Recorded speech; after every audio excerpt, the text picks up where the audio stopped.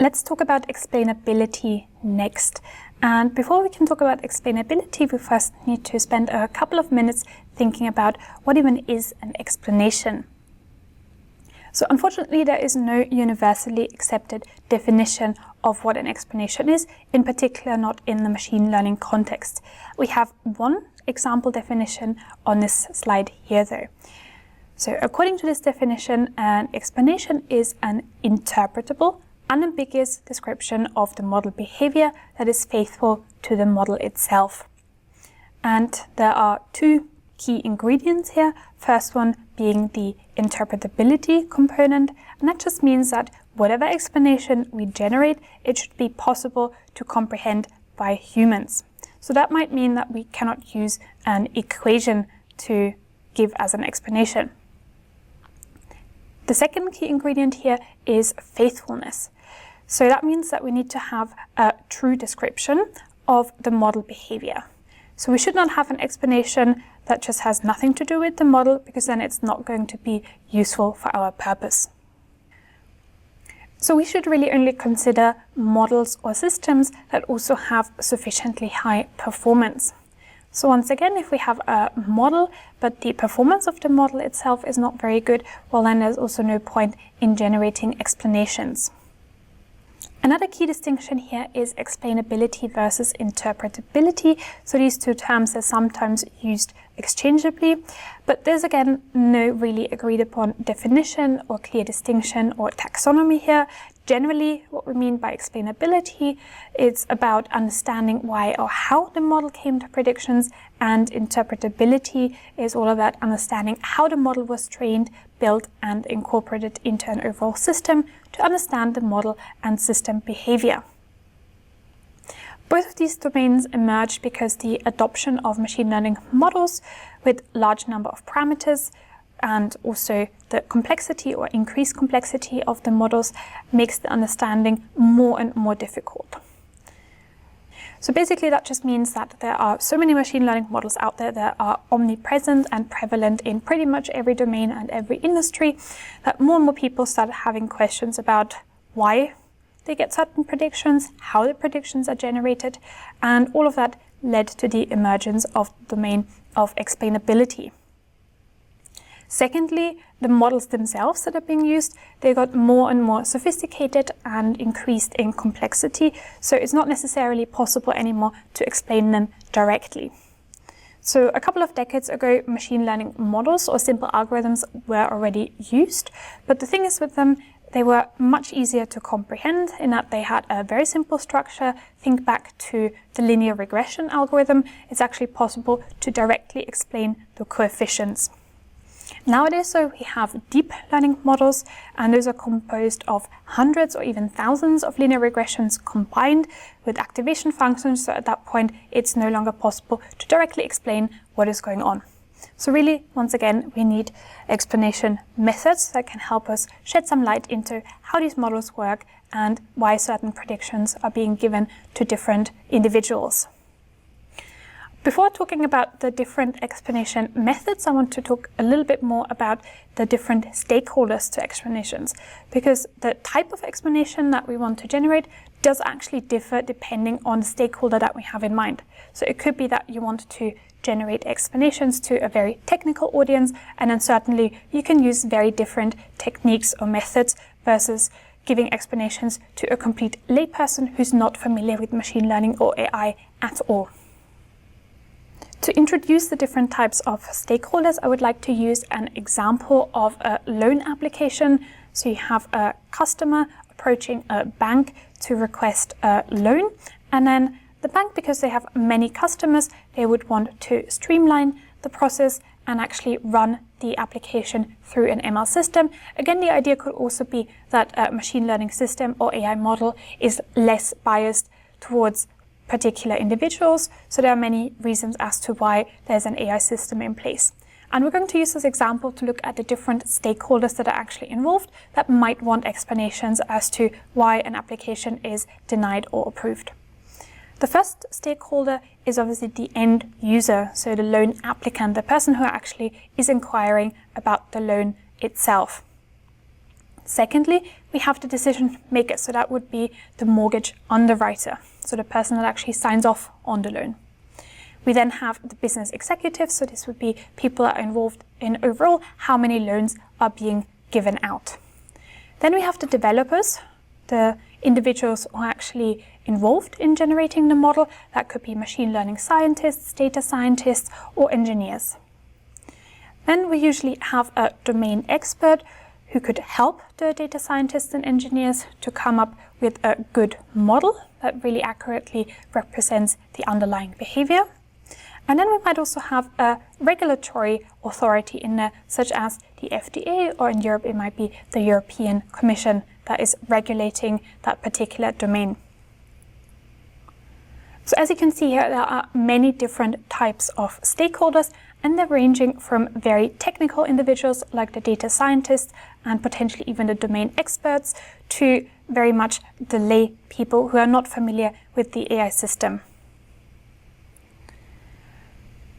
So the different stakeholders clearly have very different needs. They differ in their knowledge of machine learning, they differ in their knowledge of the application domain, they have different needs from the model and its explanations, and they also have their own past perspectives and experiences. Because of all these different needs from the different stakeholders, we require a deeper model understanding. And once again, we have a wide range of motivations from different stakeholders. So for technical individuals, the need for an explanation could come from an interest in debugging. So that means the technical individuals, the data scientists, they want to understand unexpected or unintended model outputs and then take corrective actions. From a customer side, it's going to be all about trust.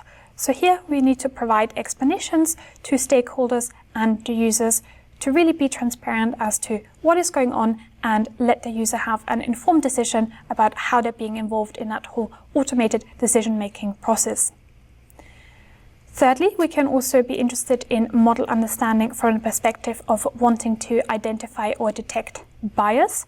So here we can check if the model is indeed using the intended features. On the other hand, we have the regulatory authorities.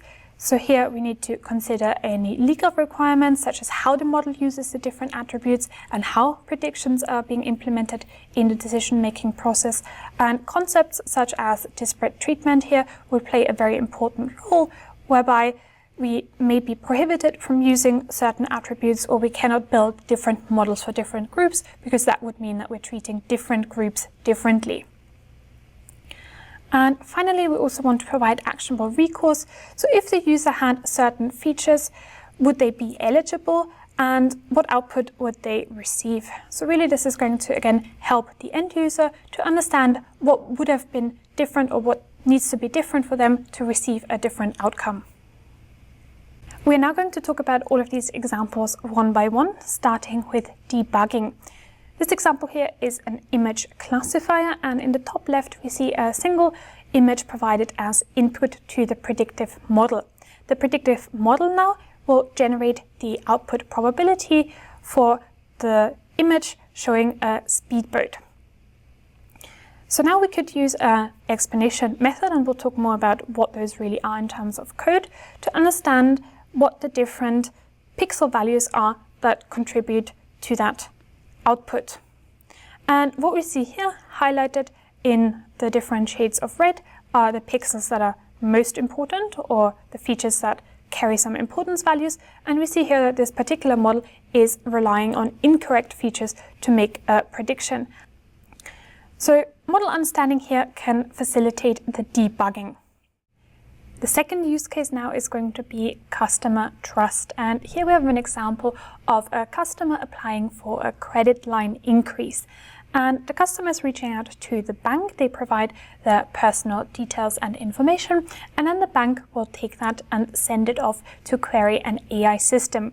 The AI system, the model, returns a lending score of 0.3. And for those of you who remember our conversation about classification and, for example, logistic regression, you might know that everything below a threshold of 0.5 would be rounded down to 0, hence denied, and everything above would be approved. the particular customer here in this example received a score of 0.3, so they would be denied.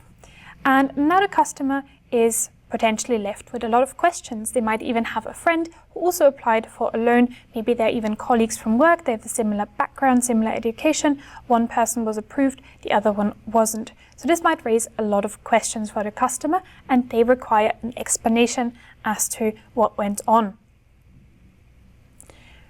The characteristic of the explanation now should be such that the explanation is short, but provide enough context for the customer.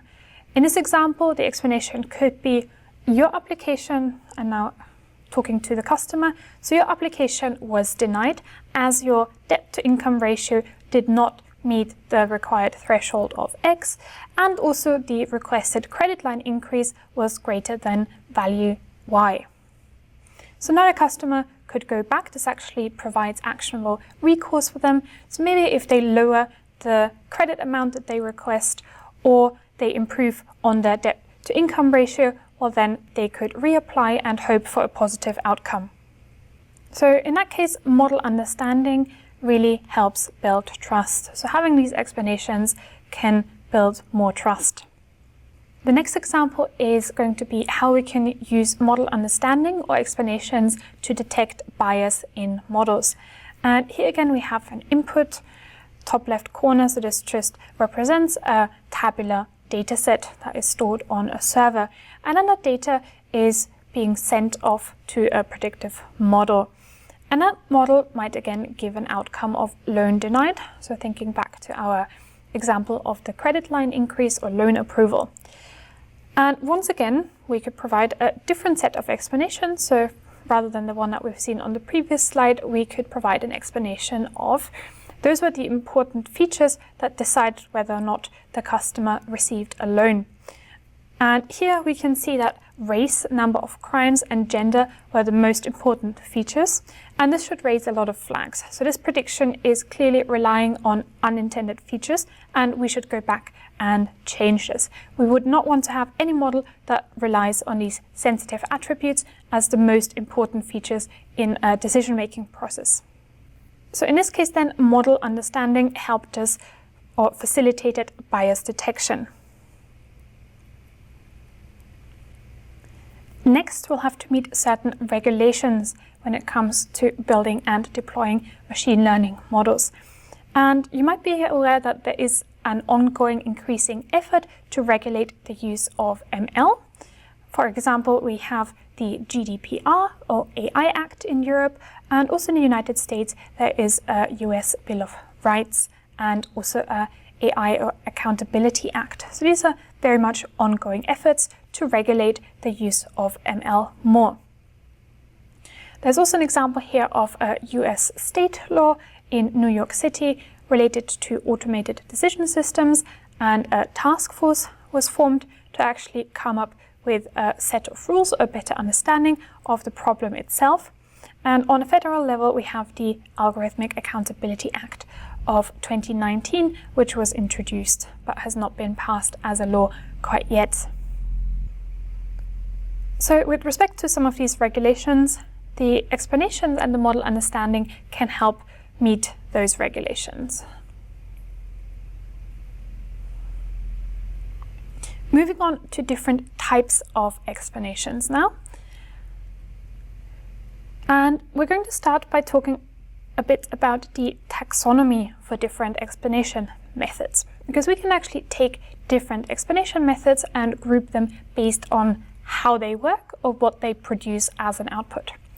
The first example of a grouping would be the so-called function-based approach, and that includes all of the different explanation methods based on the distinction on how the methods work.